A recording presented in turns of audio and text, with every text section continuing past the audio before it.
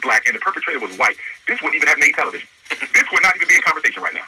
Because in America, if black life has been so devalued to the point that when it is lost, no one really responds. Now, yes, we will respond with the protest marches and that kind of a thing, but we don't do anything after that, and that's the criticism against black folks. But white people, they would have never even paid this any mind had the victim, not been white. And people are making so much noise over the fact that the young brother had a knife.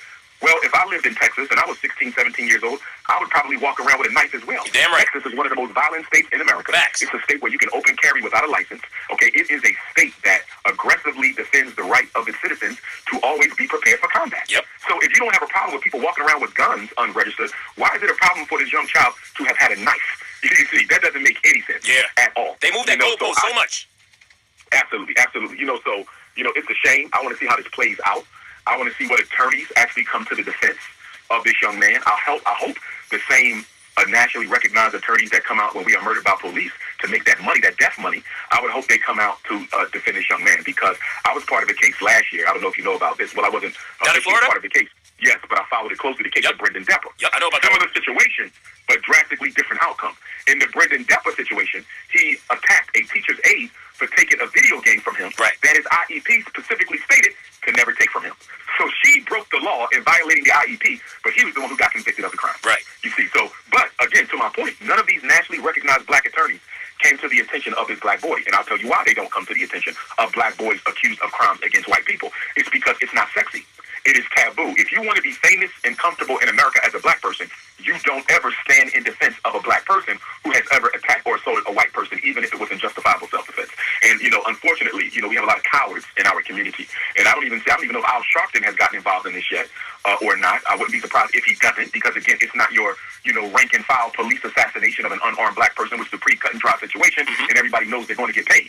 This is not that situation. This is a situation where you actually have to defend and stand up for this brother. From what I understand, he's never been arrested, never been to jail, no criminal record. I think he was almost a 4.0 student, allegedly. I heard that. Good kid. But, hey, he was up against two brothers, twins. And, again, I don't take lightly the loss of life. I'm sorry that he lost his life. I'm sorry, to the family that they lost a member. But at the same time, had the table been turned and he had taken the life of that young brother, I doubt very seriously if they would have gave a damn at all. So I'm just saying all that to say that I'm standing with my brother until I see that what he did was done out of an unprovoked act of bigotry against that white kid. I believe that he feared for his life, and what I understand, the white kid was much bigger, much stronger. And 220, 6 feet. Say that again. 220 pounds, over 6 feet. Oh, he would have destroyed that little black boy. He would have destroyed that little black boy.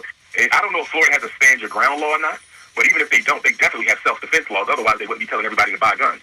So I believe that there's laws on the books there, that clearly will defend and protect that young man, and what he did to protect his life if he gets the best attorney.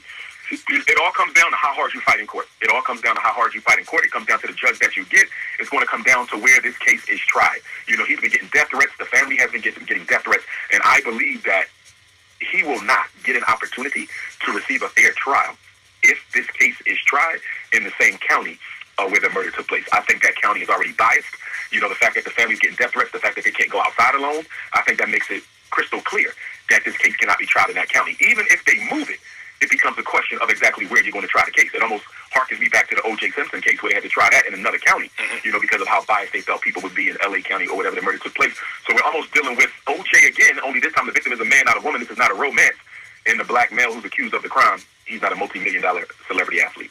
Yes, sir. Yes, sir. Thank you for all of that. And sending my blessings and prayers to that young brother and his family, because we know what happened. Brothers and sisters, we know what happened. This is a typical case of bullyism. And when you're white, you're right. When you're black, get back. You know how it goes. But anyway, so I wanted to touch on something in education today. I've been thinking about this leading up to today's conversation. What do you think about AI technology as it relates to education or in general? Because we have new things called ChatGPT, Claude, all of these new applications that is allowing folks to cheat intellectualism. They are bypassing thinking, critical thinking.